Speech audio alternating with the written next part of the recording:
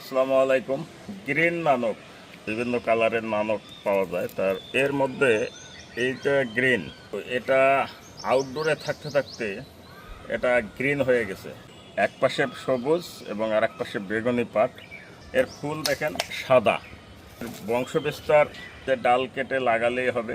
এটা লতা জাতীয়, এটা ঝুলন্ত টবে রেখে এর সৌন্দর্য উপভোগ করা যায়।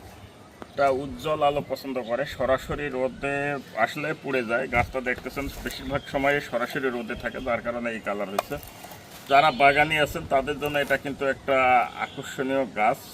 অনেকেই আসলে এটার অভাব ফিল করেন, বিশেষ করে বাড়ির বারান্দা গ্রিলে রেখে এর সৌন্দর্য উপভোগ করা যায়।